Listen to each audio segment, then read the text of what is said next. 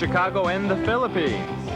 A comprehensive review of the week's special community events, featuring many exciting personalities, handled by the most professional Chicago Philippine Reports TV staff.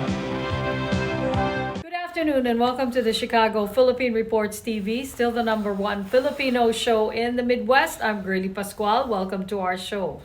Today we have all the top stories from the Philippines. We also have what's happening in our own Filipino American community of Chicago. We have interesting interviews led by our very own executive producer, Miss Veronica Leighton. We have Brigitte, Cueter, Carino. All these are coming up and more after word from our sponsors. Please stay with us.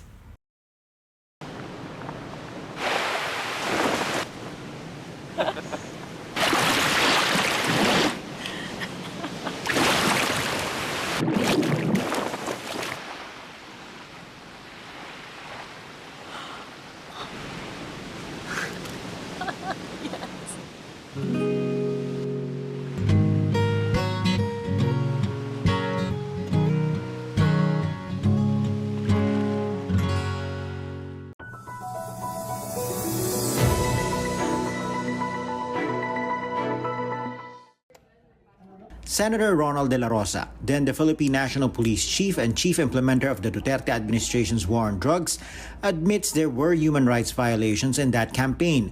Hindi ko sinabi na walang nangyayaring human rights violation during the war on drugs. Aminado tayo dyan na mayroong mga kaso na talaga na-violate yung right ng tao. Kasi kung wala, dapat hindi nakakasuhan yung mga pulis na gumawa ng kalokohan. But De La Rosa maintains these cases do not constitute crimes against humanity that fall under the International Criminal Court. Meron at meron, kaya dapat imbestigahan individually bawat kaso. Hindi man ito yung isang one act lang na crime against humanity. President Ferdinand Marcos Jr. for his part cites former Senator Laila de Lima's court victory as proof that the country has a working justice system, debunking one of the requirements for the ICC to come in. De La Rosa says de Lima can always seek redress before local courts if she wants to go after the past administration after her cases were dismissed. Maybe this is something we should show the ICC. Tignan mo, our judiciary is working properly. All our investigative services are working properly. Eto naman. And former Senator De Lima has been acquitted. We still stay with our position that the ICC has no jurisdiction in the Philippines. Everyone deserves justice. If she feels siya nangangailangan ng hustisya, then we have the courts to go to. De La Rosa also cites the House of Representatives' investigation on the war on drugs as another reason to reject ICC intervention. According to the senator, this shows that there is no need for the ICC to come in. That's favorable on our part. Dahil pakita ng international community, gumagana naman talaga ang hustisya sa Pilipinas. Pati nga ang legislature ay nakikialam sa investigasyon na ito. But De La Rosa is still skipping the House probe, invoking interparliamentary courtesy between the two houses of Congress. He may, however, change his mind if former President Rodrigo Duterte attends the House probe. House Deputy Minority Leader Franz Castro wants the former chief executive to personally confront his accusers. Dito niya ipakita na talagang naging effective at talagang gusto ng mamamayan yung kanyang war on drugs. Bakit ang Pangulo ang kailangang magpaliwanag? Paliwanagin mo yung bawat kaso. Sino involved sa bawat kaso na mayroong human rights violation na nangyayari? Sinong responsible doon? Yung napapanagot mo, pa-explainin mo. For Cristina Conti, lawyer for the families of the drug war victims, De La Rosa should be held accountable due to command responsibility.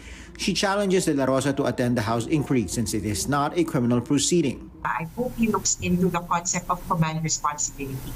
In command responsibility, if you should have known, if you had known, and if you had the responsibility or in a position to know that human rights violations were happening during whatever policy, then you have the responsibility to investigate.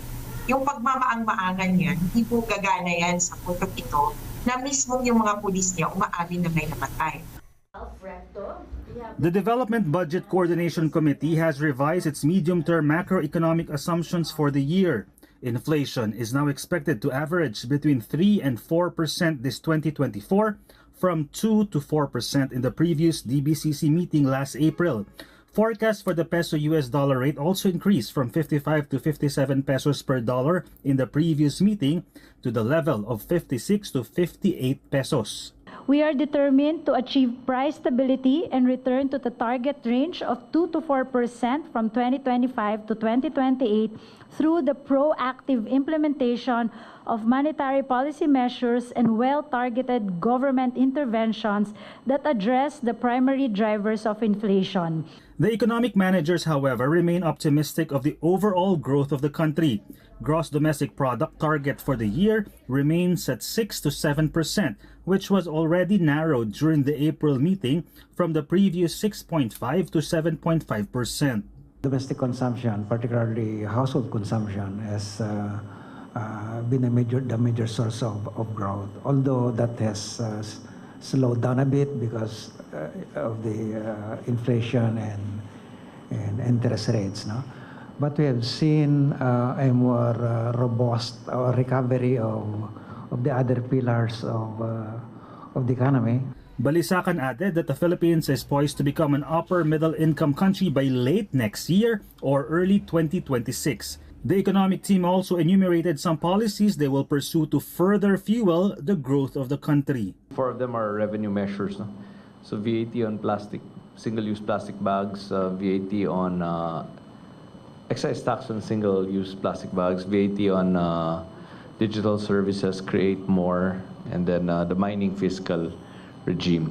And then on the broad macroeconomic, it would be the Department of Water, and then the right of way. The Bangko Sentral ng Pilipinas has kept interest rate or the target reverse repurchase rate at 6.5%. BSP Governor Eli Remolona says a rate cut is likely in August as they see signs of easing inflation with the help of the reduced rice tariff. August still possible?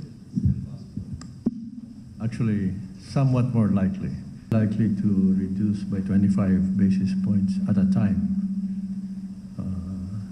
So if we follow the course where we think we are, that would mean 25 basis points in the third quarter and then 25 in the fourth quarter. The Budget Department meanwhile announced the proposed 2025 budget is set at 6.352 trillion pesos or 10.1% higher than the 2024 budget. Pangandaman said the additional budget will be used for the elections, allowances for teachers, and the expansion of the conditional cash transfer program, among others.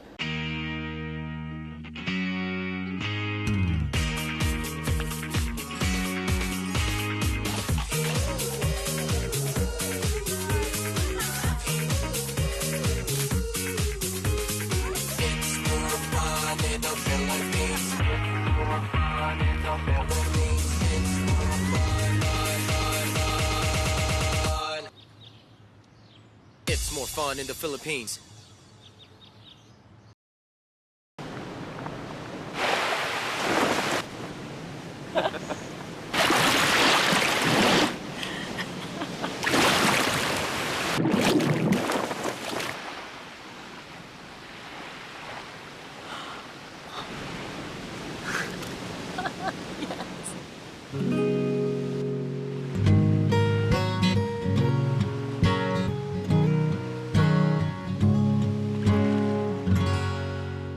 How would you like to get high-speed internet for your home for less than $2 a day? That's right, for about $50 a month, you'll get lightning fast internet. Are you paying less than $50 a month right now for your internet? Then call Whole Home Connect right now for blazing fast internet at $50 a month with no price increases, no hidden fees, no contracts, no equipment fees. It's a great deal. And guess what? You can try it for 15 days. If you don't like it, you get your money back. But you're gonna love it, and you're gonna love the price. Internet for your home for $50 a month. That's less than $2 a day. Plus, no contracts, no equipment fees, and our 15-day guarantee. Call now.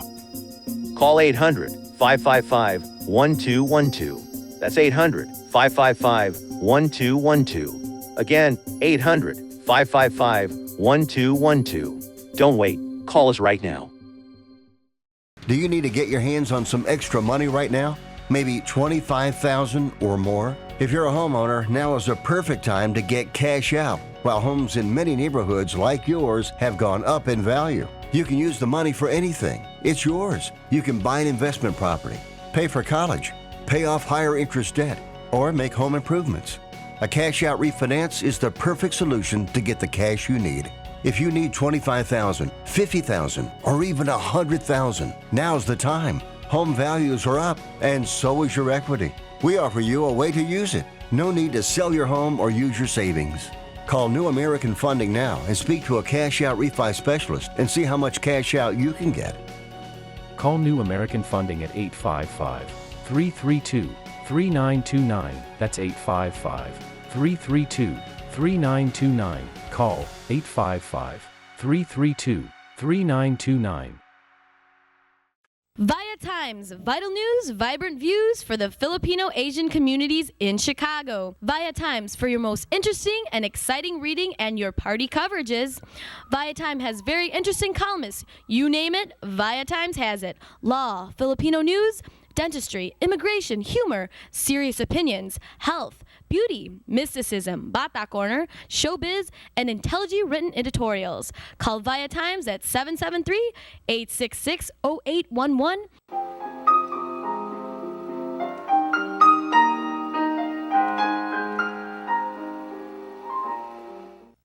Magandang hapon po sa inyo lahat and welcome to Veronica segment of your show. Today, I have a very interesting, very pretty guest today. She's a Filipino American, and she is the current Mrs. Philippines to be crowned for the Philippine Independence Week celebration. And her name is Marilyn McLean. Welcome to our show, Marilyn. Miss. Thank you for having me. Marilyn, she is a very good community leader, and she's past governor of Lions Club, District 1A. Right? Right. Okay, Miss Marilyn, first thing, please tell us about your community service as a Lions Club leader. As the Lions Club leader, I, as a dedicated community leader, epitomizes the essence of Christian values and community decency through my unwavering commitments to acts of humanity, regardless of the scale. My leadership as the Lions Club, and I was the former District 1A governor in 2020, 2021. It was during the pandemic. A lot of things have happened, but then again, in spite of that, I was able to have a great year, and I was able to charter 3 new clubs, and I was able to make our district #1 in the multiple district. In the multiple district, so that was a plus, and my leadership, and I've been and I'm currently serving as the diabetes chairperson for this year, and I was also a guiding lions, and I'm mentoring 3 clubs, and I continue, even if I'm the past district governor, I continue to serve the other clubs who needed, my help. And as like I said, Lions helping Lions. That's good enough.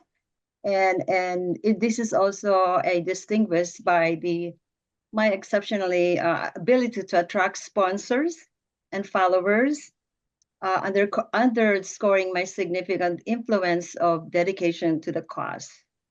And also my belief in benevolence as profoundly fulfilling endeavor is vividly reflected in my leadership style.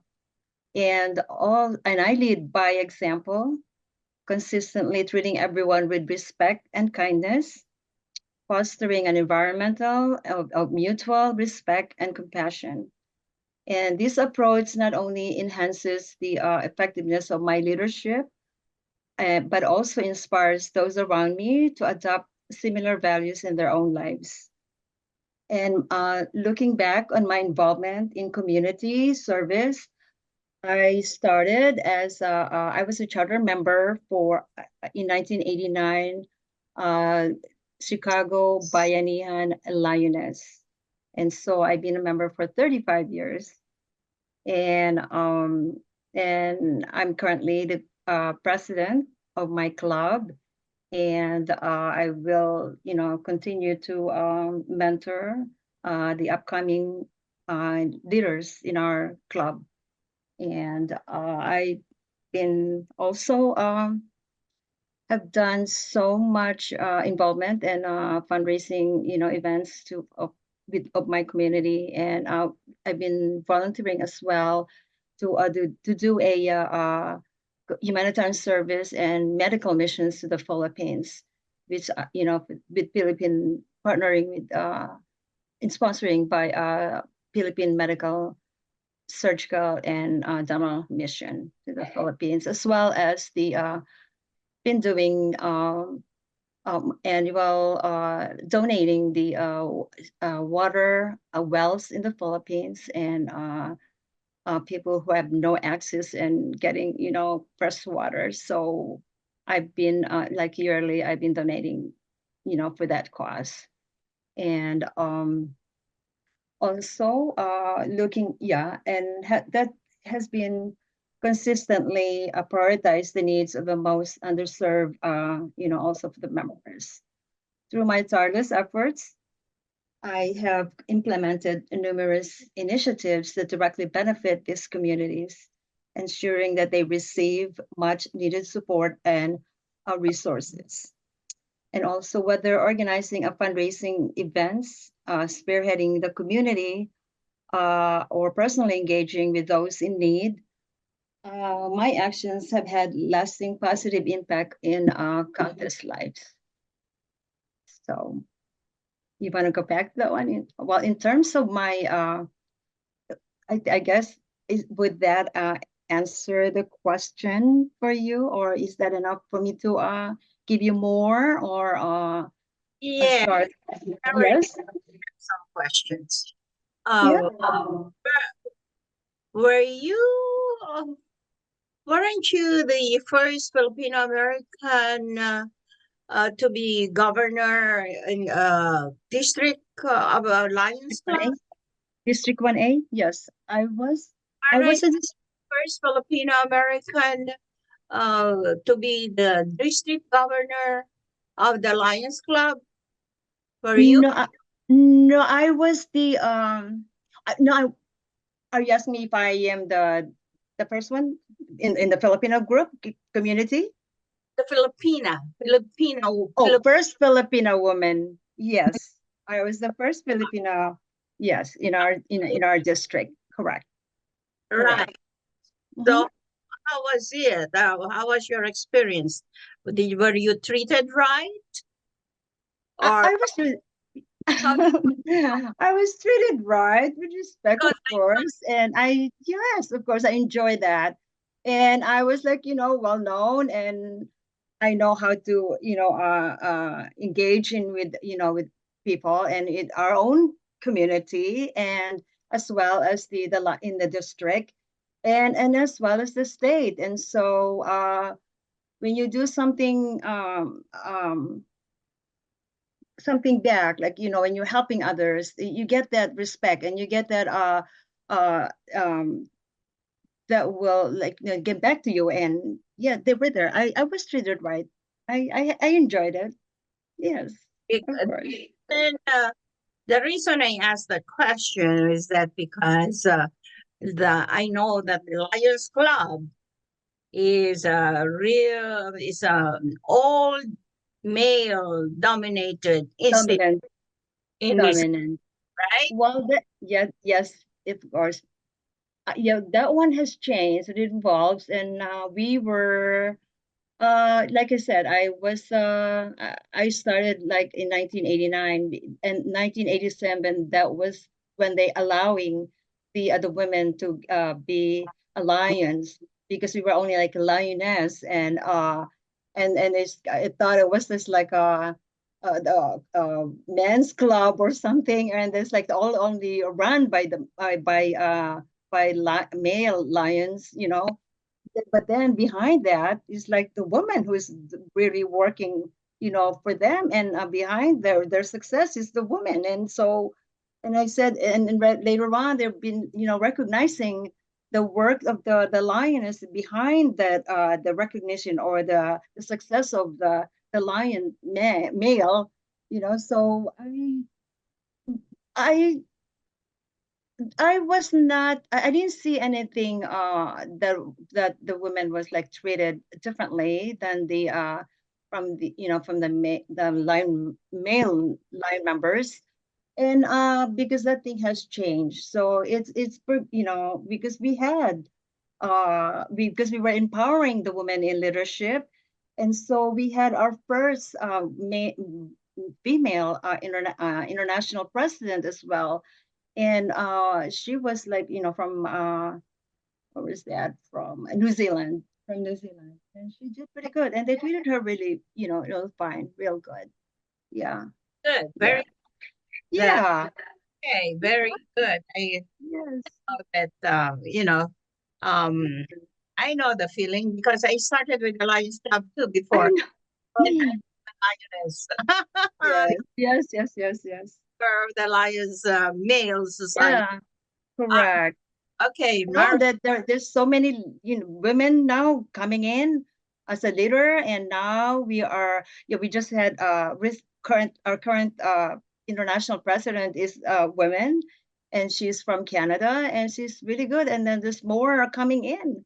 So we are really like, there's a lot of our district incoming district governor coming in is a female. She's from the Chicago Philippine Lions Club, and most of my colleague and my council of governors mostly are like women, and during my year, and there's three of us consecutively women governors, you know, are leading the district. So, you know, women are coming along, so which is good, you know. Footsteps then. Yes. And I'm encouraging, other, you know, the leader, you know, lions women to come in and take this responsibility. If I can do it, you know, so can they, you know. So I'm always there for them to mentor them and guide them, and encourage them to take that extra steps to further their service in lioness. All right, Evelyn. I mean, Marilyn. Marilyn. All right, I'm sorry. That's okay. That's okay. Marilyn. Okay. Going back to the Filipino American community here in Chicago, where you are also a leader. Okay. Now you have been very active, not only with the Lions Club, just like you said, with the other clubs too.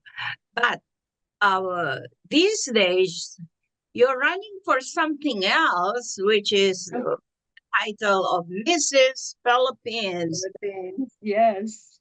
Independence, and that's a big thing. All right. Yes. So, all right. Why did you choose to have the title of Mrs. Philippines? Okay. It is my honor to, you know, be part of this PIWC that I've been selected to be as a new Mrs. Philippines for this year.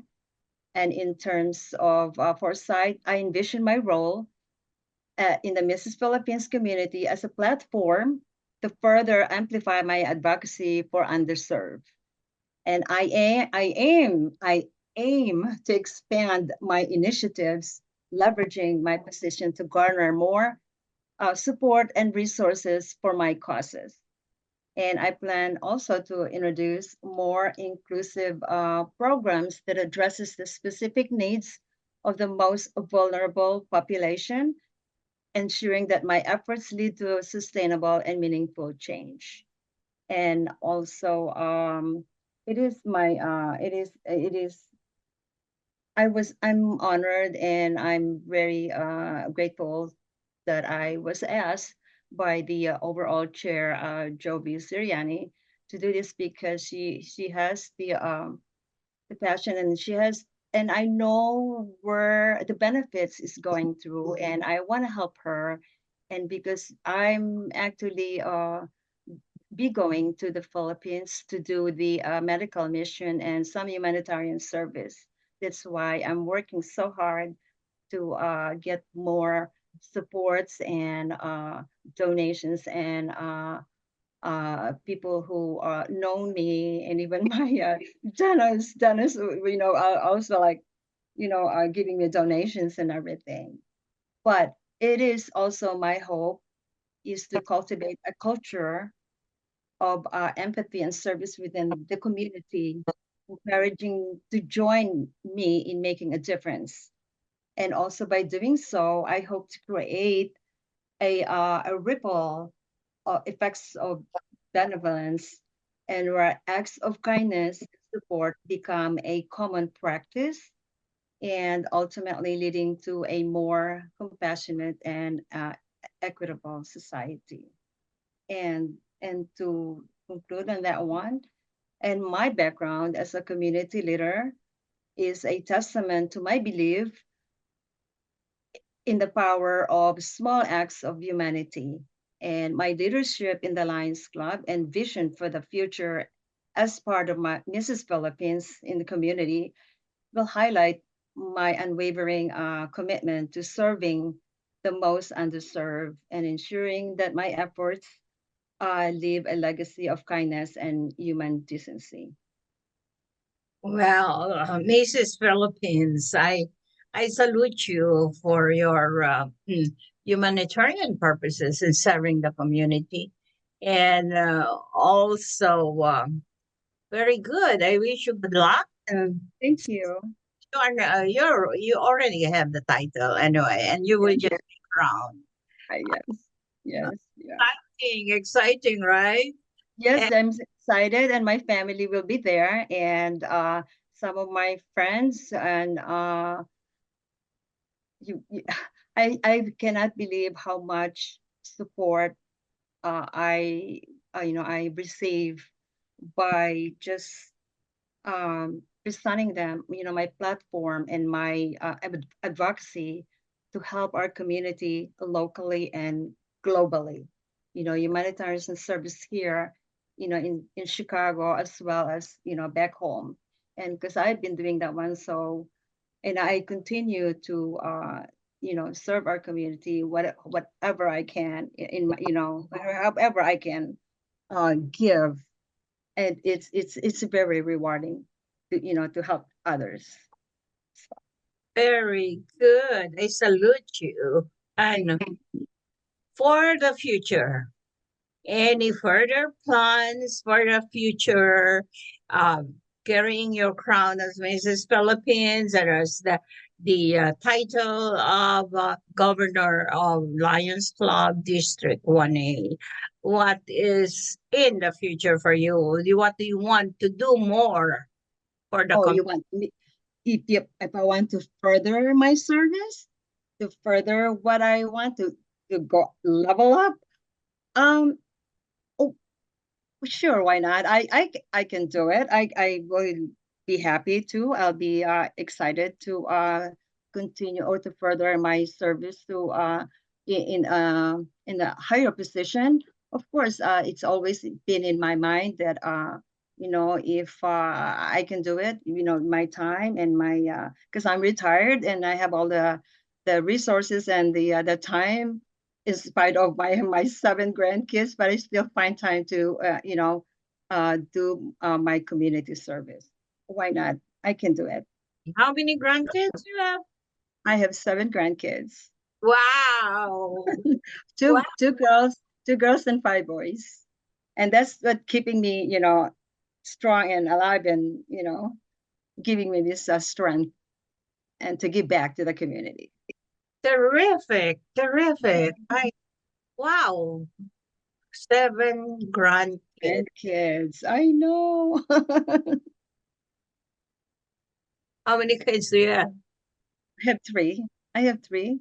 My Ellen, she's the youngest one. She's a nurse, and Patrick, and he's a very successful owner of the pediatric cancer in Chicago.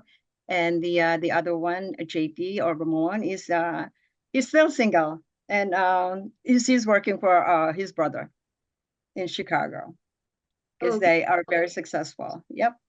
And I'm grateful to have that we gave them a good foundation. So yeah. Good, very good. You and your husband have been retired and enjoying. We'd like to travel, and we've been married for 43 years, and we like to travel and explore and learn other cultures, and we just like to travel because we have time now for ourselves. I know, correct. Right.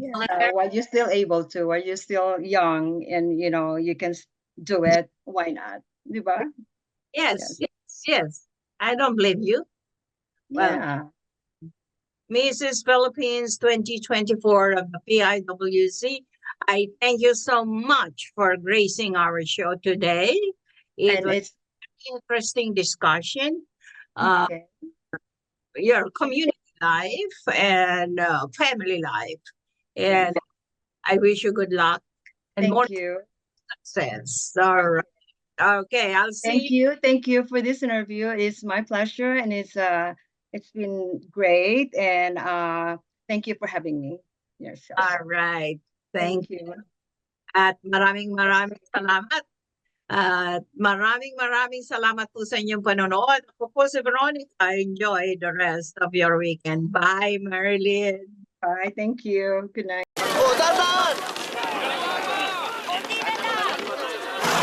Yan! Dito na! Perfect!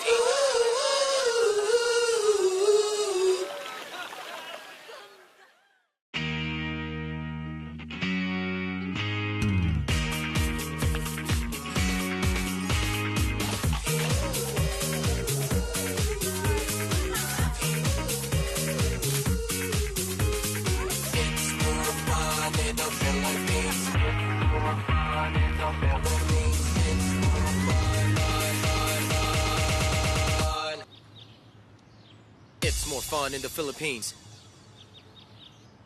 Magandang hapon po sa inyo lahat, and welcome to Veronica's segment of this show. Today, I have a very interesting, exciting personality to be interviewed today, and her name is Geri Spieler. Welcome to our show, Geri. Thank you. And Geri is a journalist, and she is also award-winning speaker. Oh my God, I'm afraid to interview you now. And also, she is the author of the book that we're going to be talking about, which is titled Regina of Warsaw. Hi, Geri. Welcome to our show. Thank you for having me so much, Veronica. I'm delighted to be here. All right. Okay. We're happy that we invited you today to be talking about your first thing, Geri. Please tell our viewing audience about a brief description of yourself. Sure. I am a second-generation American. My grandmother was born in Warsaw. My mother was born in Chicago. I grew up in Los Angeles, in the middle of Los Angeles, where I went to school. I went to UCLA. I lived there. Then I moved to Northern California for a while, then back to Southern California, then to Rhode Island, and that was a shock, and then to Washington, D.C., Then I came back to Northern California, to the San Francisco Bay Area. And during that time, I was a journalist and an editor for several different publications. So my background is writing and research. Wow. All right. Okay. Geri, with this recent book that you wrote about Regina of Warsaw. Regina, the title itself is a story about your grandmother's story during the war, and about her trials and tribulations, I'm sure. And okay, um, this sounds a very interesting book. And okay, why did you write about this book? Yeah, it was a very long time coming. It was certainly not a new thing. My grandmother, Regina, my maternal mother, left Eastern Europe, Warsaw, at the turn of the century. She was like a lot of immigrants. She came here for freedom. She wanted to get away from the anti-Semitism that was growing in Eastern Europe, particularly a pogrom, which was a rampage of killing people in Bialystok in 1906. She was one of 6. She saw this violence face to face, like immigrants around the country who are seeing violence face to face, and they want to find a safer, better life for themselves and their family. She got to the United States. She had 3 other children. She had 4 children. Grandpa disappeared. She moved to Los Angeles with 4 little children, and 3 of the girls were put into a Jewish orphanage. So my mother and my aunts were all raised in an orphanage in the 30s, because grandma didn't have any skills. Her language wasn't great, but the community, the Jewish community, recognized these immigrants coming here out of fear to give them a safe place to live. And it was a wonderful orphanage. When you hear orphanage, you think of bad things. It wasn't like that at all. They were very, very well taken care of. The parents were encouraged to come to the orphanage on the weekends and take their children home for the weekend and spend time with them. So it's a story from the turn of the century, but it's a story from today as well. And so I wanted to show that. All right. So it's really applicable to what is going on right now in the days and times in this part of the world too, right?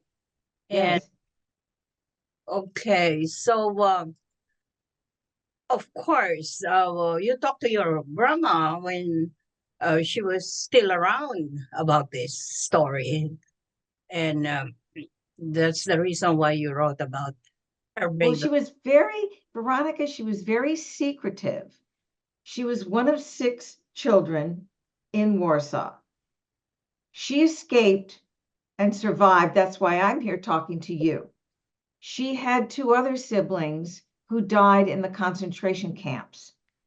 She had 2 other siblings who died in the Warsaw Ghetto uprising. Her sister survived because she married a young rabbi that she knew was going to be sent out of the country to be a rabbi in another country. And that's why she married him. She was with grandma at the pogrom.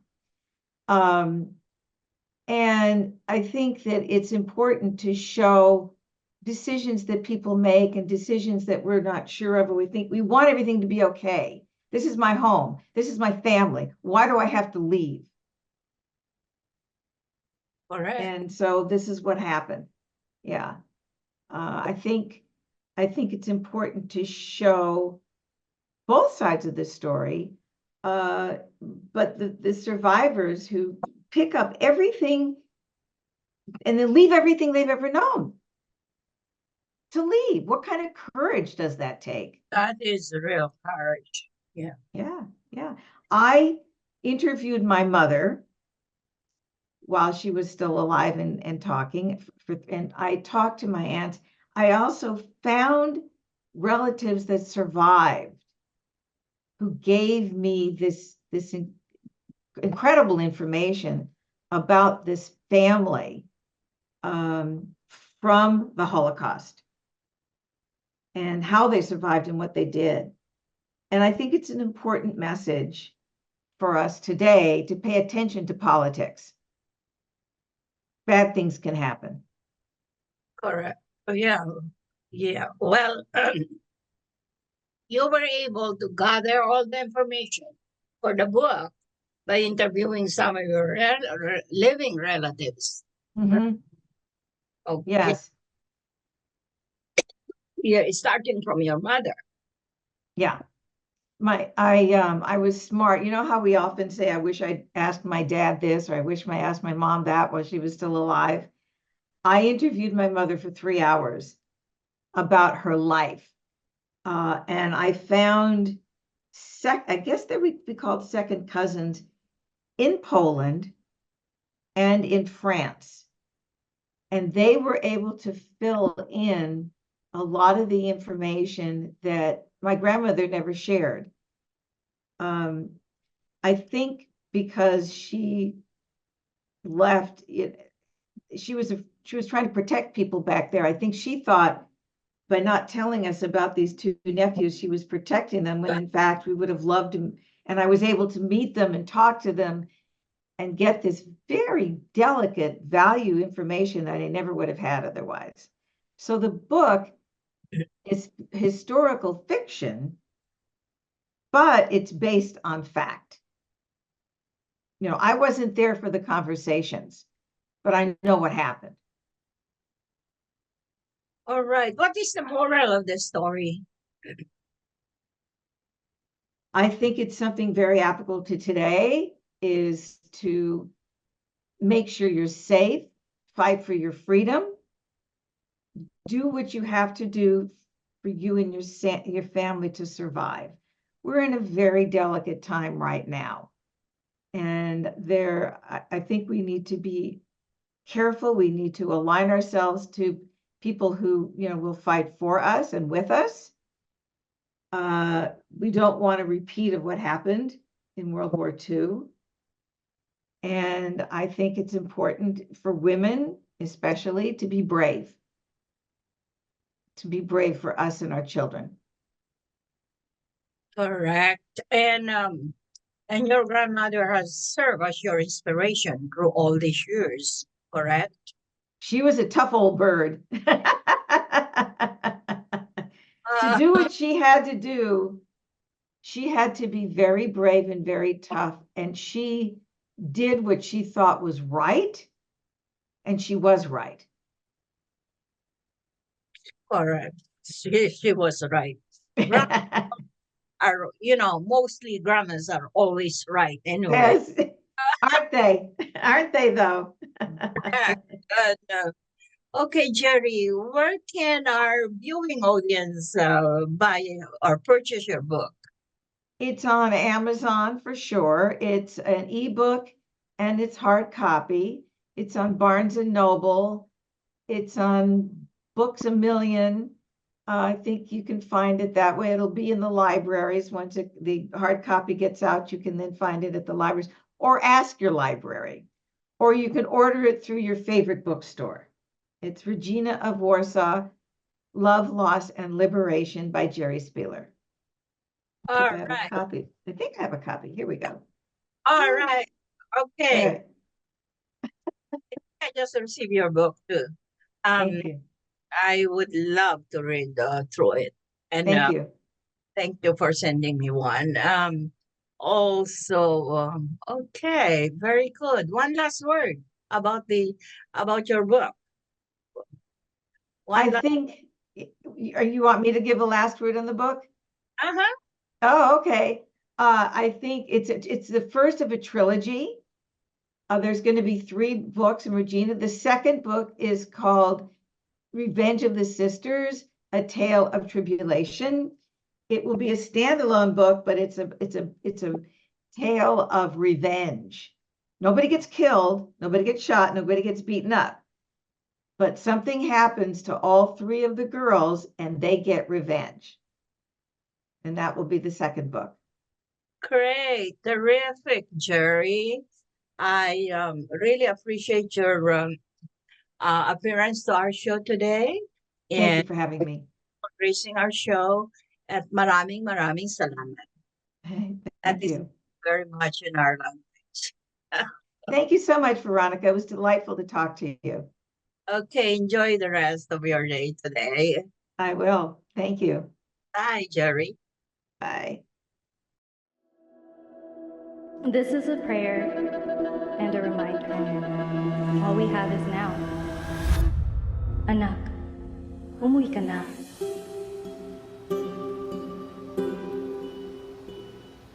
Worldwide this morning, growing concern over a growing health crisis. The World Health Organization has just declared that this is a pandemic. Hi. I can't hug you. Don't touch me. Over the last several days, we have seen peaceful demonstrations. Protests over police brutality continued here in Austin.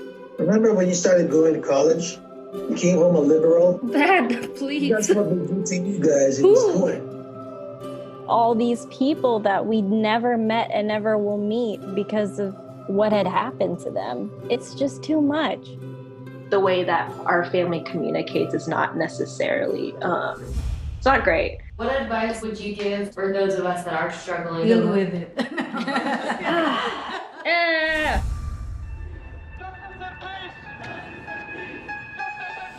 I think the norm for our community has been to just stay silent and like keep to your own business. I could definitely be doing more than I'm doing right now, and I know that others can as well. What if someone is called from God to be an activist? I can answer that question. Shouting revolution, oh wow, breaking each tradition. You don't believe in the Black Lives Matter movement? An advocacy group reporting at least 3,800 anti-Asian hate incidents since last March. I'm kind of conflicted. I'm like, maybe I should move home and be here with them. I hope that this moment makes you take a step forward and a step together in the right direction. In order for a subject to not be taboo in our community, there always has to be like someone to start that conversation. You speak up for me when I can't speak up for myself. And I've seen you do that for other people. I see a lot of people who just kind of cut off friends and family, and I don't think I can do that. I love my parents. This is a symbol of our voices. If you look at your neighbors around you, you will see who stands with you, who stands for you. At least I know that you can stand up. That's the thing I'm so happy about.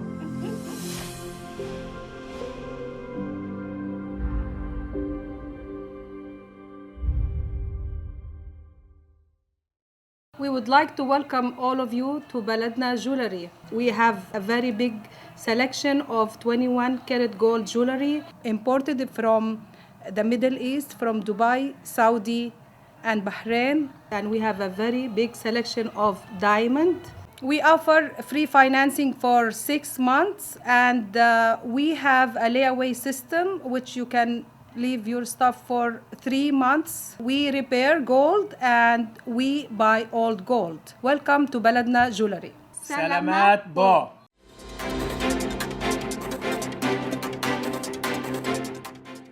Good afternoon. This is Brigitte, Carino, Cueter, bringing you this week's local news from our community. Former Chicago Alderman Ed Burke was sentenced to 2 years in federal prison with a $2 million fine after a 13-count conviction of racketeering and bribery. His career spanned more than 50 years in City Hall. U.S. District Judge Virginia Kendall said the fine will go to crime victims. I think that really does send a message. If you want to commit public corruption by being greedy, then the disgorgement of your own funds will go toward the people, she said. Burke used his position as alderman to pressure businesses into using his property tax law firm. On one occasion, he attempted to shake down a Burger King in his ward after they decided to not use his firm. Attorneys spent hours trying to calculate the cost of Burke's corruption. The total of Burke's schemes amounted to nearly $830,000. Corruption can cost the economy millions.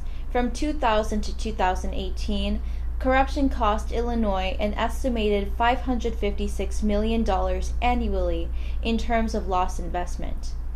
Illinois' second highest in the nation gas taxes will go up again July 1st as the state motor fuel tax hits 47 cents per gallon. That means the average driver in Illinois will pay $184 more in state gas taxes each year than before Governor J.B. Pritzker doubled the tax in 2019, according to the Illinois Policy Institute. Gas tax hikes disproportionately affect middle and lower income families as they give up the greatest share of their own household budgets for gasoline. Overall, Illinois has the 7th most expensive retail gas price in the nation, with all state, local, and federal taxes and fees contributing to about 40% of the total cost at the pump. Cook County Board President Tony Preckwinkle announced $20 million in funding for the Stormwater Management Project Implementation Program at a press conference this afternoon.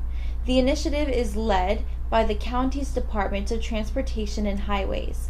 Funding for the program is provided through the American Rescue Plan Act and will advance 26 stormwater management projects throughout the county, with a focus on supporting under-resourced communities. DOTH worked with key partners, including the Metropolitan Water Reclamation District of Greater Chicagoland, the Cook County Department of Emergency Management, and Regional Security, to select the 26 projects from previously unfunded/underfunded MWRD Stormwater Partnership applications. The Cook County Hazard Mitigation Plan prioritizes at other known locations where funding is critical to moving projects forward. Governor J.B. Pritzker and the Illinois Department of Commerce and Economic Opportunity, local officials, and Ironman leadership today announced that Rockford will host the Ironman 70.3 Triathlon beginning next year in 2025 through 2027, supported by a $800,000 grant to the Rockford Area Convention and Visitors Bureau as part of the state's $15 million tourism incentive grant program. This is the first time the Ironman will be held in Illinois. The race is expected to generate upwards of $45 million in economic impact over 3 years. I'm thrilled to welcome the Ironman 70.3 Triathlon to Illinois, said Governor J.B. Pritzker. My administration's tourism incentive grant program attracted this major event to Rockford, and we look forward to showcasing Illinois' natural beauty and world-class hospitality to the thousands of athletes and spectators that will join us over the next 3 years. Our stunning Rock River and scenic landscapes will challenge and inspire competitors, while our Midwest hospitality is ready and waiting with open arms. We're all set for an unforgettable race day, and I can't wait to cheer on the amazing participants. The National Fire Protection Association has announced this year's theme for Fire Prevention Week, October 6th through the 12th. Smoke alarms, make them work for you. The goal of this year's campaign strives to educate everyone about the importance of having working smoke alarms in the home. It's simple, working smoke alarms save lives. Due to synthetic materials used in modern construction, homes burn hotter and faster, while also emitting toxic smoke, limiting the time you have to escape to less than 2 to 3 minutes. The early warning from smoke alarms could save your life, said Illinois State Fire Marshal James A. Rivera. I encourage all departments across the state to make plans to host outreach events that help to promote fire safety in their communities during this week. Fire Prevention Week might still be a couple months away, but you should always test your smoke and CO alarms monthly and replace any broken or expired alarms in your home. The Illinois Department of Employment Security, IDES, announced today that the unemployment rate increased 0.1 percentage points to 4.9%, while non-farm payrolls increased 12,700 in May, based on preliminary data provided by the U.S. Bureau of Labor Statistics and released by IDES. The April revised unemployment rate was 4.8%, unchanged from the preliminary April unemployment rate. The April monthly change in payrolls was revised from the preliminary report from 7,300 to 1,900 jobs. The May unemployment rate and payroll jobs estimate reflect activity for the week, including the 12th. In May, the industry sectors with the largest over-the-month job gains included professional and business services, plus 7,100, government, plus 3,300, and financial activities, plus 2,400.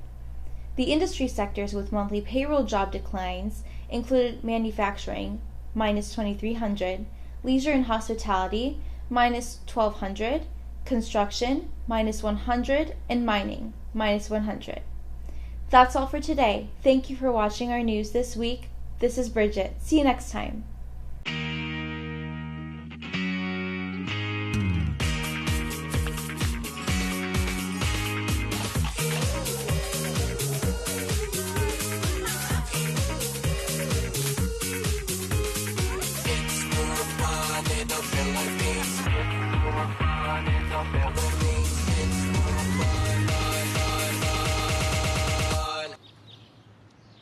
It's more fun in the Philippines.